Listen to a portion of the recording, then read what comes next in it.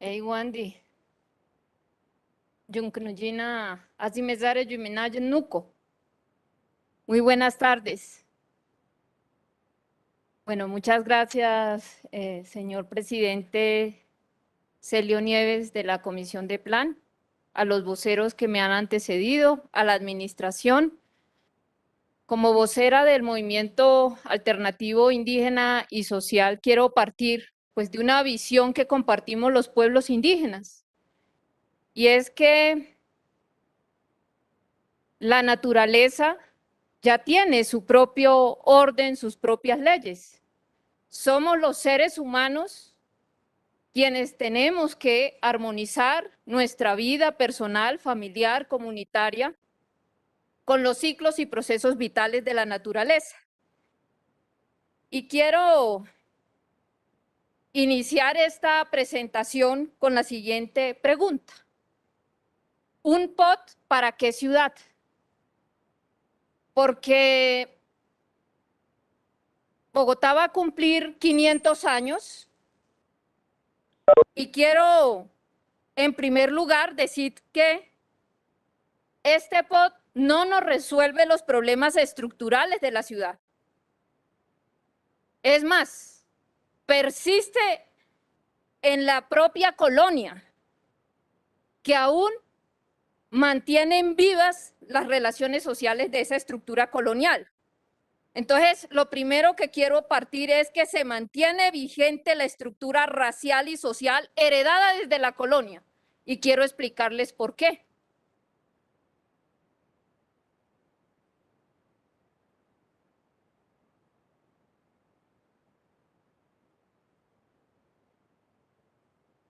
La memoria de este territorio es el agua. Incluso quiero recordar pues todo el trabajo que hizo el profesor Tomás Van der Hamen, quien me asesoró en la construcción de la política pública del agua, por avanzar en un concepto como es el de la estructura ecológica principal. Pero el agua realmente es la memoria profunda de este territorio. Nuestros sistemas de páramos, el río Bogotá, el actor más importante, los humedales. Y aquí pues quiero traer de presente que ligada a esta historia del agua está el de los pueblos indígenas que habitaron esta sabana. Y aquí pues no tengo tiempo para hacer una gran exposición, pero en este mapa quiero reivindicar pues que existen formas autónomas de ver el mundo y de relacionarse, es decir, el territorio visto como una construcción social y la red de lugares sagrados asociados al agua. Entonces, porque creo que es importante entender la ciudad desde una perspectiva histórica y creo que el ponente del Partido Conservador partía pues de hace 500 años, pero yo les quiero invitar a que vayamos antes de este tiempo. Y para ello, pues quiero hablar del modelo urbano continental, cómo surgen las ciudades en Europa y qué se trae aquí a América como centros de reclusión. Entonces, el sistema colonizador adoptado por los españoles fue esencialmente urbano. La ciudad llega a América como un dispositivo de control territorial, regional, con fines militares y de extracción de recursos. Mi pregunta es, ¿ese significado original aún permanece en las metrópolis latinoamericanas? Y es lo que les quiero demostrar hoy, que seguimos en clave colonial. La ciudad colonial no está pensada para relacionarse con el paisaje local. Por eso las toponimias intentan reproducir estos paisajes europeos, la Nueva Granada, la Nueva Andalucía. La conquista es el intento del traslado del mundo europeo, sus paisajes, sus instituciones, su comida, a territorios y culturas americanas, que se consideraron como un obstáculo. Entonces, yo quiero, en primer lugar, decir que esta es una memoria colonial que aún permanece en el significado de nuestras ciudades en Latinoamérica y particularmente esta ciudad, que es la más desigual, que sigue siendo un centralismo virreinal y patriarcal. Si miramos, por ejemplo, traigo esta foto, el damero es el patrón universal de suma de manzanas que España implementa en América. sin consideración de los entornos. Entonces, mi pregunta es, ¿cómo transformamos esta estructura colonial, desigual? Y para ello, pues miremos qué papel cumplía Bogotá y las ciudades. Un patrón de vigilancia, estaba pensada para facilitar un máximo control visual desde cualquier esquina. Es un patrón urbano que integra funciones de guarnición militar, control social, castigo, concentración de mano de obra, explotación y almacenaje de recursos naturales. ¿Ha cambiado esa lógica de Bogotá? Entonces aquí esto funciona para los intereses de dominación y enriquecimiento de España. Y para mí, hoy, 500 años después, es necesario cambiar el patrón de asentamiento de la población. De la pauta dispersa original de los asentamientos americanos, lo que se instauró fue este sistema de asentamientos más densamente poblados y ubicados estratégicamente para facilitar el control territorial, la concentración de mano de obra y el adoctrinamiento, vigilancia y el sometimiento de la población indígena.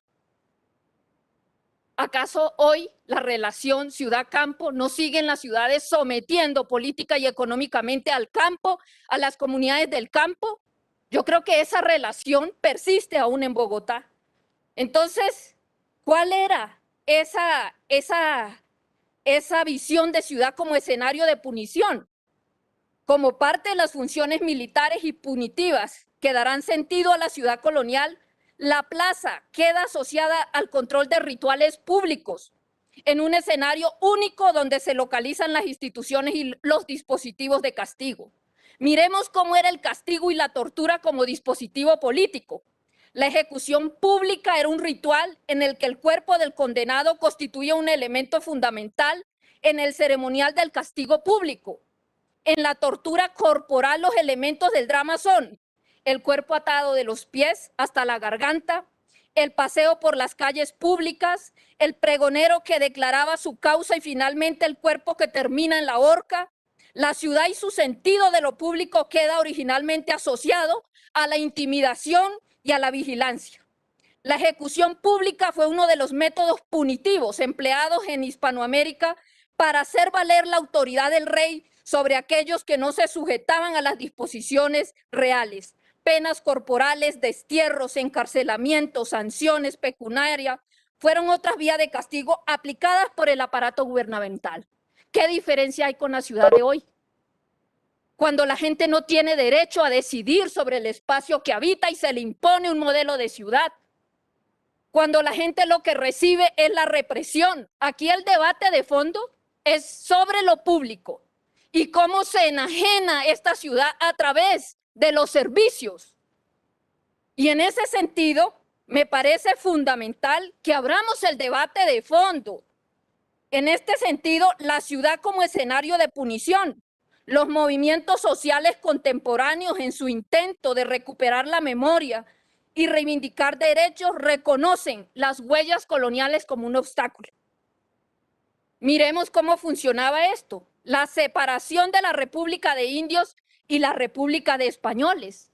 Recientemente los MISAC tumbaron la estatua Gonzalo Jiménez de Quesada.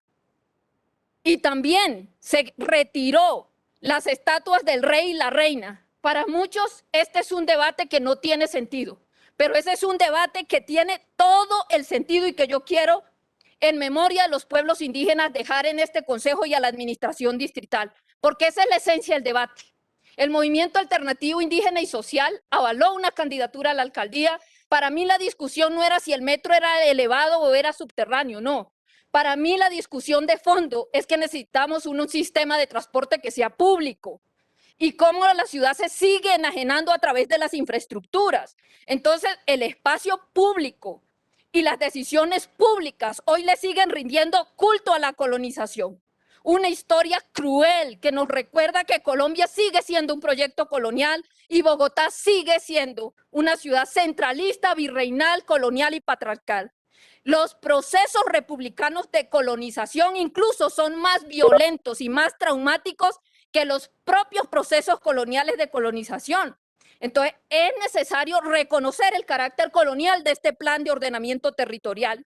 espacio para el debate es lo que necesitamos, incluir una mirada plural de la historia. Entonces aquí las propias ideas de este POT están colonizadas, el espacio público. Entonces vamos a hablar de una cultura de paz. Tomemos conciencia sobre la lucha de los pueblos históricamente segregados, excluidos. Aquí no está resuelto el tema de la memoria en el espacio público. Se mantiene vigente esta estructura racial y social heredada desde la colonia. Es decir, hoy vemos el espacio público como un escenario de disputa, de transformación, de reivindicación y de construcción de identidades diversas en Bogotá. Es decir, el territorio visto como la construcción social y la construcción cultural, y no solamente esta mirada homogénea que nos plantea. Miremos entonces las raíces de la segregación, la separación de la República de Indios y República de Españoles. La política española de concentrar la población local en los pueblos de indios o República de Indios, separados de la población extranjera concentrada en la República de Españoles, promovió en sus orígenes la segregación y una concepción dual del mundo social colonial. ¿Eso ha cambiado hoy? El monarca gobernaba por un lado sobre la llamada República de Españoles. Esto es lo que la comunidad social de los blancos y por otro sobre la República de los Indios, es decir, sobre la sociedad indígena. Las comunidades habitantes de ambas repúblicas se relacionaban en el marco de una detallada normatividad que restringía las mezclas sociales. Las ciudades fundadas por los españoles no estaban llamadas a convertirse en morada masiva de la población indígena. Esta debía ser concentrada y ubicada en la periferia de las ciudades, en pueblos satélites, arrebaleros o en lugares como permitieran a jornaleros aborígenes, considerados como vasallos tributarios, concurrir a labores productivas que enriquecieran a los conquistadores o a la mitad colonial. Ahí dejo las fotos. ¿Eso ha cambiado hoy? Pues yo lo que les digo es que cada vez esto es más sofisticado, pero se mantiene esta estructura.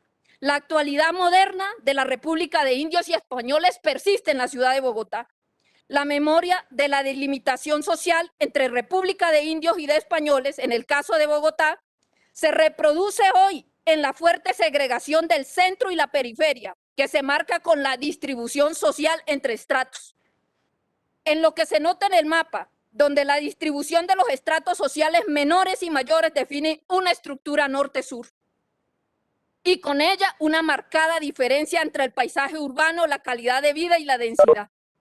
En contra de los estratos menores del sur y las periferias de los bordes urbanos. Esta, señores concejales, señores administración, es la misma lógica colonial de extrapolar y separar a la población entre republicanos de indios y españoles. ¿Y qué le dicen a uno aquí en esta ciudad cuando lo quieren ofender? Es que es mucho indio. ¿Y a qué se refieren?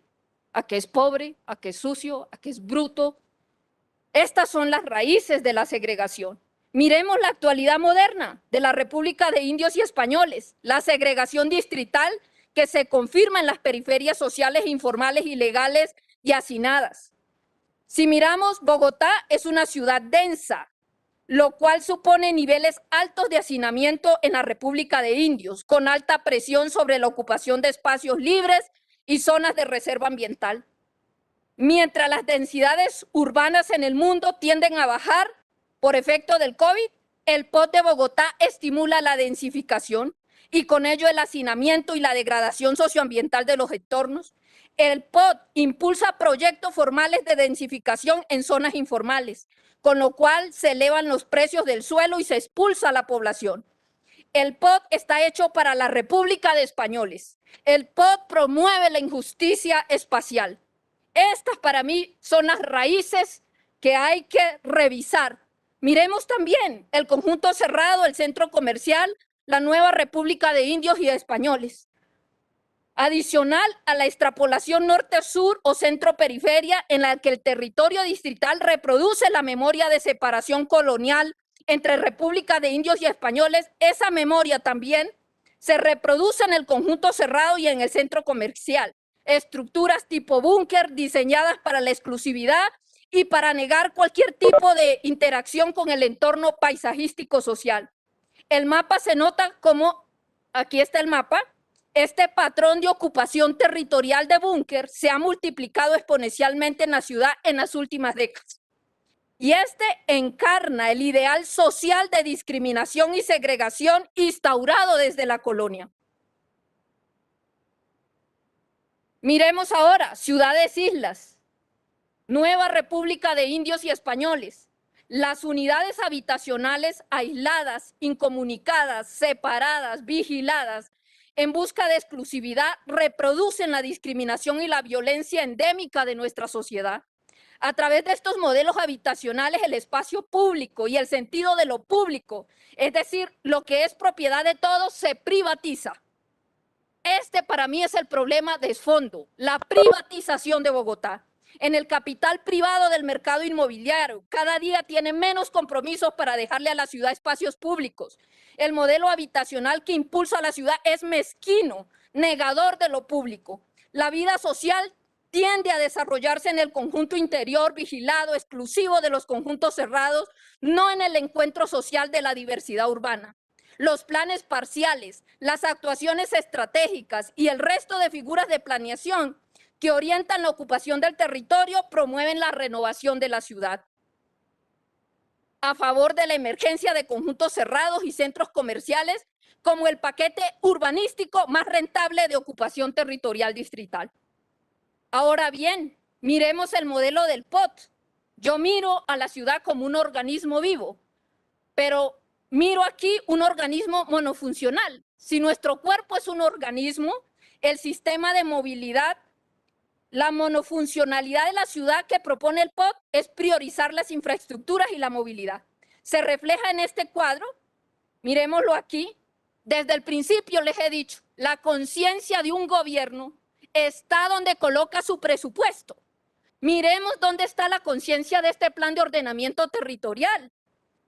De las 4 estructuras que tiene, el 87% está en la estructura funcional y del cuidado, entre comillas. ¿Qué quiere decir? Ahí está la conciencia de este gobierno. Entonces, el nivel urbano prioritario del POT son las infraestructuras y el mercado inmobiliario. Todos los demás componentes establecen su importancia a partir de esta jerarquía. Algunos de ellos obligados a cambiar su esencia, por ejemplo, la cultura, el patrimonio inmaterial, para conectar con el economicismo del POT. Si miramos desde el punto de vista presupuestal la jerarquía de las infraestructuras que se proyectan sobre la región, ¿qué tenemos? El Regiotran, la empresa férrea regional, la red regional del metro, los centros de intercambio modal, los corredores de integración regional, la perimetral del sur, son los elementos que configuran la ciudad y la región. Las infraestructuras y la movilidad son una de las principales herramientas de valorización del suelo y, por tanto, del ordenamiento y la organización de las formas de ocupación del territorio. No obstante, en el caso del POT de Bogotá no se anticipa el modelo de ciudad y de región que surge de estas grandes inversiones en infraestructuras. Una estrategia de regionalización que fuera integral al sistema de movilidad propuesto debería incluir una desconcentración de Bogotá, que actualmente tiene el 88% del empleo de la región, mientras Buenos Aires tiene el 25% del empleo de su región. Los cambios de uso y la transformación del paisaje que generan las infraestructuras no están planteados aquí en el plan de ordenamiento territorial. Las infraestructuras y la movilidad impulsan la especulación en los precios del suelo. Es imprevisible que las inversiones sin modelo urbano que propone el POT aumenten exponencialmente los conflictos territoriales en la ciudad y la región. Yo insisto que es necesario armonizar la estructura socioeconómica funcional de servicios y la estructura integrada de patrimonio con la estructura ecológica principal. En palabras de los pueblos indígenas, es necesario armonizar con los ciclos y procesos vitales de la naturaleza nuestra ciudad. Esa es una ciudad ecosistema, una ciudad entendida como un organismo también. La monofuncionalidad urbana, por ejemplo, quisiera citar al urbanista más importante de mediados del siglo XX, desde mi punto de vista, entender la ciudad como una serie de sistemas orgánicos y complementarios, una metáfora de los sistemas del cuerpo humano y de todos los sistemas vivos. Priorizar el sistema circulatorio, el sistema de movilidad sobre el respiratorio, el sistema óseo o el sistema digestivo es un organismo incompleto. Esta es la vocación suicida que nos propone este plan de ordenamiento territorial. Ahora bien, una ciudad sin río, una ciudad sin memoria. Si la estructura ecológica principal es principal precisamente porque es alrededor del cual se deben armonizar las demás estructuras, el río Bogotá es la columna, es la determinante ambiental más importante de la ciudad. Yo he querido traerles estas fotografías para que miremos las huellas de los que fueron los cultivos muiscas del año 1956. Entre lo que hoy se conoce como el Club de los Lagartos, el humedal de Tibabuyes, que fue publicada por el IGAD y es parte del patrimonio que hoy viene siendo sepultado. El problema del río Bogotá no se resuelve con una clasificación del suelo de la ronda ni con la creación de las PETAR, sino con un modelo de gobernanza a escala regional. La dimensión que debería ser estructural de saneamiento del río Bogotá, que está incluido aquí en el artículo 183. Para el POT, el agua es una infraestructura más. Subcapítulo 4 del POT, Sistemas Generales de Servicios Públicos. ¿Cómo concibe este plan de ordenamiento territorial el agua? ¿Reconoce el ciclo natural del agua? El agua le hace falta otros atributos, especialmente su propia esencia. Si miramos aquí, queda reducido en este plan de ordenamiento territorial el agua a una apropiación paisajística e inmobiliaria heredada de Peñalosa. No solo se opone a la apropiación ecológica de base comunitaria y cultural, sino que es más costosa para la ciudad en recursos e impactos sobre el cambio climático. Este profundo desencuentro de Bogotá con el agua arranca con la llegada de Gonzalo Jiménez de Quesada, que vio los ríos simplemente como canales a donde van las aguas negras. Ese profundo desencuentro que hoy pretendemos resolver a través de una propuesta como Bacatá Hidrópolis. No hay un patrimonio más importante en esta ciudad que las huellas del agua ancestral en progresiva desaparición por la presión inmobiliaria. Las huellas de los camellones muiscas deberían ser la marca de la ciudad, el patrimonio y la identidad que determinaría las ventajas comparativas de Bogotá en el mundo global. El sistema de camellones hace parte de la memoria territorial de Latinoamérica. Si miramos aquí en esto, tenemos a la derecha complejo de camellones precolombinos cerca del lago Titicaca en Perú, viejas zanjas en canales y líneas oscuras entre las plataformas de camellones, líneas menos oscuras son visibles, pero ¿dónde está aquí realmente este patrimonio en este POT? Si miramos este mapa, que es el del río Bogotá, allí están todas estas huellas. El río Bogotá, para nosotros, y queremos proponer, sea un patrimonio biocultural de la ciudad-región. El mapa se muestra en verde las dimensiones de las huellas de los camellones de riego a lo largo del río Bogotá. Esta que es la tierra de labranza. En ese marco, y considerando que el río Bogotá no solamente debe ser el eje de ordenamiento territorial, sino el principal eje patrimonial de la ciudad y su región, proponemos inaugurar un POT, en el POT, la categoría Patrimonio Biocultural para asignar ese valor al río Bogotá. Una ciudad sin río, una ciudad sin memoria, el patrimonio más importante de Bogotá asociado al sistema hídrico. Miremos aquí esta foto. En la foto vemos los monolitos del humedal de Jaboque, elaborado por los muiscas, en alineación con la constelación de Escorpión y las etapas de la luna y el sol, para el manejo natural de las siembras y los movimientos de las aguas del río y el ecosistema del humedal, otro patrimonio en desaparición. El POT es una herramienta intrusa. Y si miramos el ordenamiento territorial colombiano, la ley 388 del 97 tiene sus raíces en el ordenamiento territorial español. Es la misma línea del modelo urbano colonial implantado contra la memoria cultural de nuestros territorios y paisajes. El referente de la ley 388 que inaugura el ordenamiento territorial en Colombia es la legislación española. Estamos frente a una estructura sociojurídica colonial traída desde España. Es decir, aquí no ha habido independencia. ¿Cuál independencia si las ideas siguen en nuestro ordenamiento jurídico? Las categorías de planeación y ordenamiento de nuestro POT provienen de allí, con las cuales se confirma la necesidad de descolonizar nuestra realidad, a lo cual la figura del POT no colabora. Y esto persiste en esta falencia histórica. Ahora, ¿para qué un POT? El POT lleva la discusión a los detalles y a los fragmentos.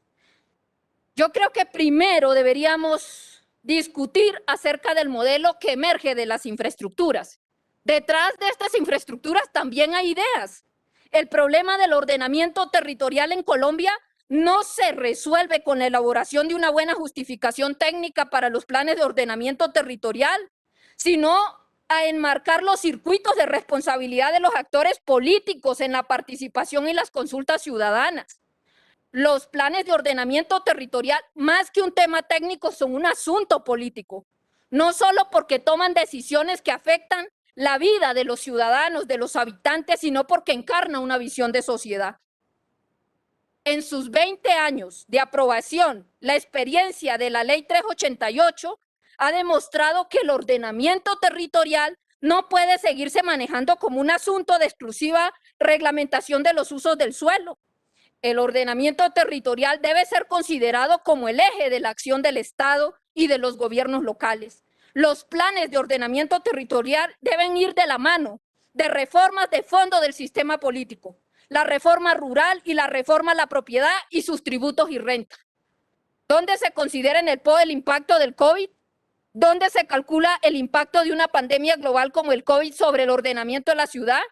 ¿Para qué ciudad es este POT? Si miramos el diagnóstico del POT vigente, se encuentra que solo se ha ejecutado el 44% de las inversiones previstas, es decir, menos de la mitad de sus promesas. De las 117 UPZ definidas del 2000, hay 17 de ellas sin reglamentar, por incoherencias con el soporte normativo. ¿Cómo solucionará el actual POT esa falencia ejecutiva? Desde el 2000, que es el primer POT, la ciudad ha generado riqueza a costa de la multiplicación de la pobreza. El POT ha generado una mayor brecha social. Desde el POT del 2000 han aparecido 500 barrios informales. Hoy 2.5 millones de personas, aproximadamente el 30 y el 35% de la población habitan hoy en zonas informales. ¿Qué territorio ordena el plan de ordenamiento territorial? ¿Para qué sirve este POT? Y en ese sentido, la mitad de Bogotá ha sido construido con las manos de la gente, ha sido autogestionada.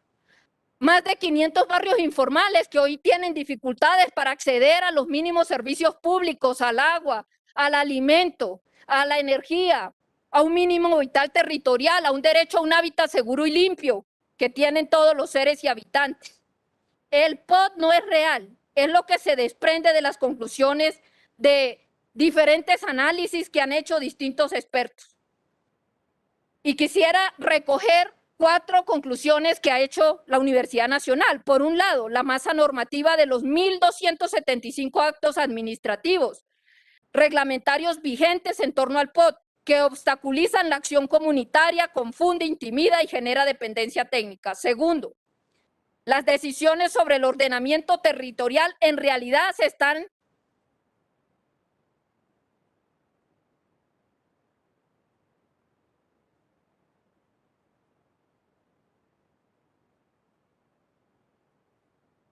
Cuando quiera, continúe, consejero.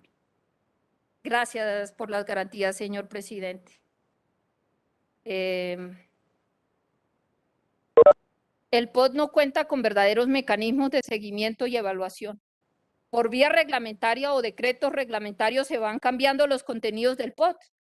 Entonces yo pienso que lo público y la dimensión que el POT debería defender resulta subsidiario en el marco de estos instrumentos. Ahora bien, yo soy una mujer que viene del campo y que tiene pues una relación distinta con esta ciudad. Los ciudadanos me han dado la oportunidad de traducir nuestras profundas cosmologías del agua en políticas públicas. Pero esta es una ciudad rural. Todos tenemos una madre, una abuelita que vino del campo. El 70% de esta ciudad es rural. Son los páramos. Así que yo pienso que los suelos vivos de la sabana deben ser salvaguardados. Son el verdadero dorado. Hoy que afrontamos una pandemia del hambre, yo creo que es la peor equivocación que puede cometer Bogotá, es entregar los suelos de vocación agrícola, los suelos vivos, suelos AAA, suelos de origen volcánico. Quienes venimos del campo sabemos lo que cuesta hacer 1 centímetro de suelo fértil. No hagamos eso. Si miramos en el estudio detallado del IGAP, solamente 37.605 hectáreas quedan en clase 1, 2 y 3, quedando 16.875 hectáreas distribuidos en la clase 4, 5, 6 y 7. No obstante, el Estudio General de Suelos de la Sabana, realizado por el IGAC en el 2000, identificó 54.400 hectáreas como clase 1, 2 y 3, es decir, el doble de hectáreas que estableció el estudio del 2012. Se descubre que el estudio del IGAC del 2012 desfigura los valores agroambientales del suelo. Los años 2010 y 2011 en los que se realizó este estudio recuerdan en el país por las graves inundaciones durante el periodo de la Niña, más intensos registrados en la historia reciente. Grandes extensiones de parte plana de la sabana sufrieron saturación hídrica y encharcamiento por elevación de los niveles freáticos en los suelos, situación no registrada en estudios anteriores. Así se distorsionaron las potencialidades de ocupación. El estudio al IGAP aplicado al ordenamiento territorial liberó un total de 16.875 hectáreas del uso agrícola exclusivo y los incorporó a otros usos. Debido a las distorsiones de este estudio por las externalidades no consideradas en la valoración del suelo, se abrió la puerta a la aplicación del decreto 3.600 sobre áreas cuyo valor agroambiental no es visible. Finalmente, quisiera dejar esta propuesta que para mí tiene toda la vigencia, la hidrópolis, un POT para el buen vivir. Es una propuesta de gobernanza, de patrimonio, de red de comunidades anfibias, de microterritorios del agua, que surge del paradigma del buen vivir, que es una respuesta eficaz a los retos que plantea la crisis ambiental, respuesta en la que se conjugan las relaciones con la naturaleza, la solidaridad en la organización social y la cualificación del interior humano. Creo que es importante que estos principios del buen vivir que hemos propuesto hacer de Bogotá y su región una hidrópolis, una propuesta de reconciliación de Bogotá con el ciclo natural del agua, de sanar nuestra relación con el agua, contiene 8 elementos para reconciliar nuestros territorios, nuestras culturas con los ciclos y procesos vitales de la naturaleza. No habrá un futuro para Bogotá sin una reconciliación con el sistema del agua. Y yo creo que es importante finalizar con unas preguntas al POT desde la cultura y el patrimonio. Respecto al papel del patrimonio y la identidad en el ordenamiento, tema desde donde la mayoría de las ciudades del mundo definen hoy sus ventajas comparativas y posicionamiento estratégico global, mientras Bogotá destruye su memoria. Tal como lo he mostrado en la exposición de hoy, tenemos las siguientes 8 ejes de preguntas que espero desarrollarlas en el marco de un debate de control político, pero que creo que es importante que el protagonismo y la incidencia del patrimonio y la cultura en este plan de ordenamiento territorial. Primero, ¿cuál ha sido la participación incidente de la ciudadanía y los patrimonios locales en la definición de las estructuras relacionadas con la cultura y el patrimonio? Segundo, ¿se ha considerado, más allá del reconocimiento nominal de los lugares sagrados, los diversos niveles que configuran la territorialidad étnica y sus cosmovisiones ancestrales actualmente vigentes y activos en la ciudad de Bogotá? Tercero, ¿cuál es la especificidad del patrimonio natural, si en general parece subsumido en la normatividad de la estructura ecológica principal? Cuarto, ¿cuál es la verdadera incidencia del patrimonio inmaterial en el plan de ordenamiento territorial? cuando su definición y el diseño de sus estrategias quedan como una tarea posterior a realizar por parte del IDPC. Quinto, la riqueza y utilidad de la cultura como atributo insustituible del hábito humano se puede reducir a la economía naranja. Sexto, siendo el 70% del territorio distrital de naturaleza rural, basta que el POT, la cultura campesina, quede remitida a los paisajes sostenibles, los agroparques y los circuitos turísticos. Séptimo, con solo el 1% de las inversiones del POT asignadas, pueden ser consideradas la cultura y el patrimonio como 2 de las 4 estructuras del POT. Si fueran las 4 patas, estas 3 están muy débiles. No podrían sus procesos y componentes definirse en un par de artículos del POT. No hay en el POT, igual que en el Acuerdo 265, un juego semántico que intenta nombrar las cosas como lo que no son para generar falsas expectativas y distorsiones. Sinceremos el debate. Es el momento que Bogotá realmente sea el epicentro de la paz y la reconciliación y tenemos que sanar la historia. Es el mejor regalo en 500 años de fundada, entre comillas, Bogotá. Gracias.